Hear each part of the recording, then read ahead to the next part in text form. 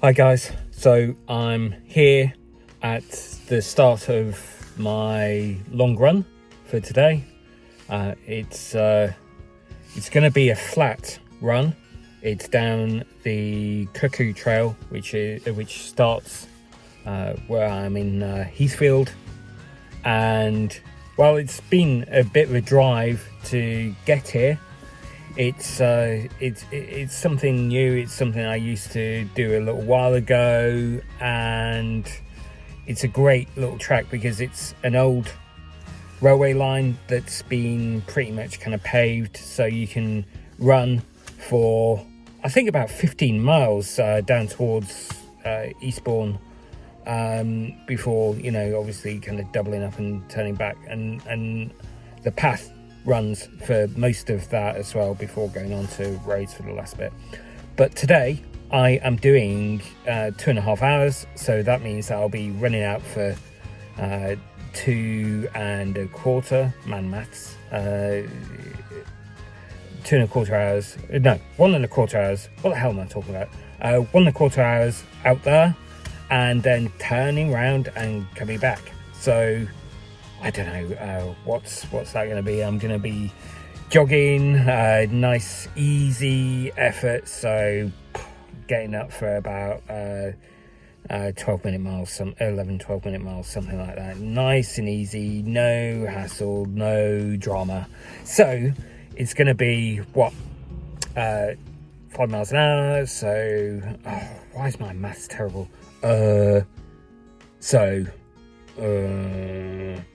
12.5 miles, I think. Anyway, you can tell me in the comments below how far I should be running in 2.5 hours, and maybe make a prediction. Let's see who is right. Okay. All right. Off ski. Ouch.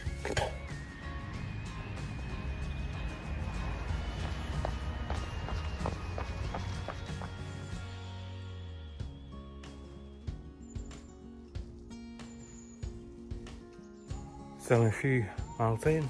It's been really nice so far, and just chilling out, nice and quiet down here as well. It really is away from everywhere. Looking forward to some snacks and turn around.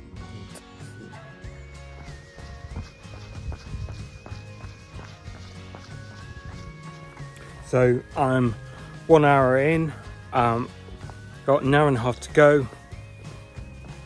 I'm having a snack at the moment and having a little walk while I do it, because it's you know, I don't need my ego stroked by Strava telling me that I'm faster than I am by standing still and eating. I'm not going to do that. So I'm carrying on walking, kind of race conditions really, because, you know, I'm preparing for a 24-hour race around a track in Crawley, and what I'll be doing on that when I fuel up every hour, and partway in between as well, I'll be walking a lap while I eat. So good practice for that. So I'm 5.14 miles in. Don't know if you can see that. And I've been going for an hour. So exactly the kind of pace I was looking for. Nice, easy jogging. And of course, you know, it's been slightly downhill on the way here, but I've, you know, kept it nice and easy. So I do have to make it back up. It is only a little bit of an incline, but those last 4 miles from experience, strange, there's a sock on the tree, Brent. Yeah, those last 4 miles, you can feel it, even though it's a little incline. It's not really a hill. Okay, see you soon, and I'll catch you on the return leg.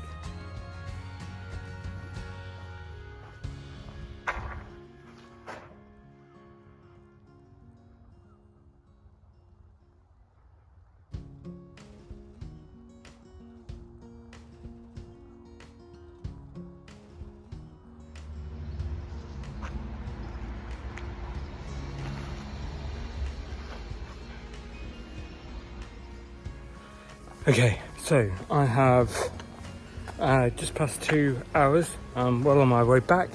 I've got 2.5 miles to go perhaps.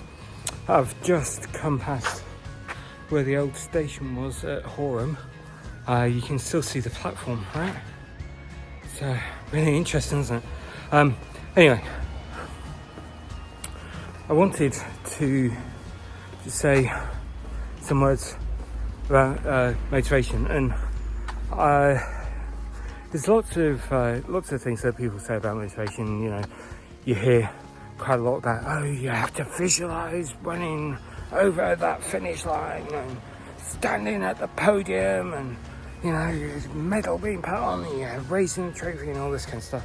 And you know, I think there's a lot to be said for that. Certainly in terms of getting yourself oriented, I guess. You know, you can set up to do something, interested enough to do something. But you know what? It's probably not enough for most of us. So one of the other things that's worth doing, although you know you'll get plenty of people say, "Oh no, it's terrible," is thinking about what could go wrong.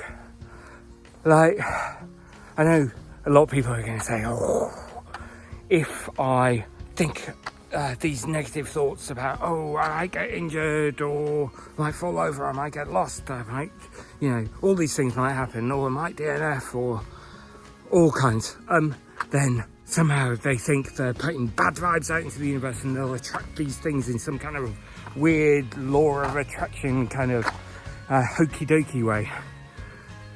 But my take on it is that actually as humans, we're terrified of failure. You know, we're terrified of stuff not going to plan, and you know, terrified of, you know, having to phone up in the middle of a race and say, "Oh, can you come pick me up? I've DNF'd, or blah blah blah, or I've got lost."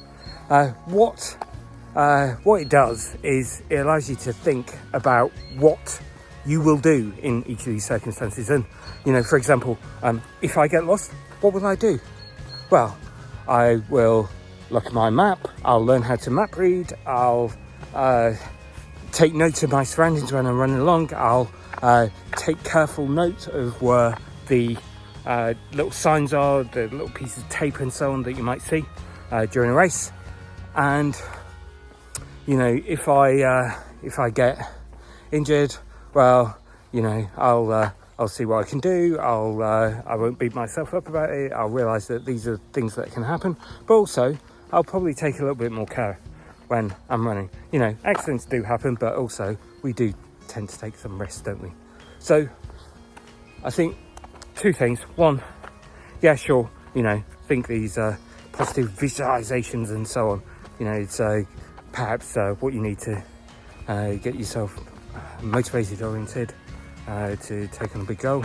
The second thing is to think about what could go wrong, and in doing that, it's good because you'll be able to think about how you might stop those things going wrong, and if those things do go wrong, then you'll be able to put your plan in place. Also, naturally, it will give a bit of motivation as well, you know, because a lot of the reason why races don't go to plan is lack of training or poor training, and not being asked to go out and train in the first place. So there we go, and see you at the end. Last couple of miles, just gonna have some snacks because, you know, I'm practicing my snack eating. Many of you will say I don't need to do that, but trust me, I do. I'm the greatest snack eater, and I want to keep that up. So, got 25 minutes left to go. Couple some miles, and I'm going to have my last snack. Unfortunately, I made a bit of an error, and I do have some snacks I got on the way, but I forgot to bring some water with me. It's a bit of a rookie error. So when I get back to the car, the first thing I'll be doing is having some of my sparkling water. Okay, see you at the end.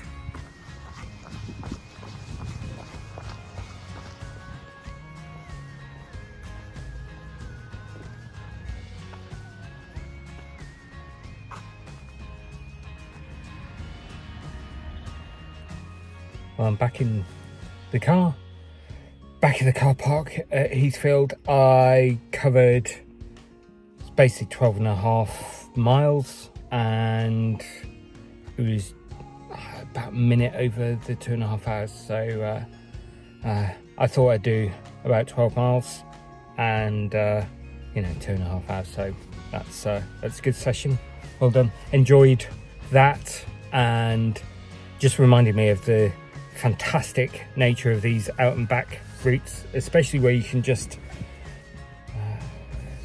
turn off, zone out. I was listening to a really interesting book on my earphones, just jogging down there and not carrying the world. It was fantastic, really zoned out, and you get this psychological uplift as you finish you get to the turnaround point. So it's really good, fantastic. I would recommend this. It's the Cuckoo Trail at starting at Heathfield, runs down towards Eastbourne. It's all entirely off-road, apart from a few road crossings. They're very popular with cyclists, runners, dog walkers, that kind of thing. Anyway, fantastic. I'll see you next time.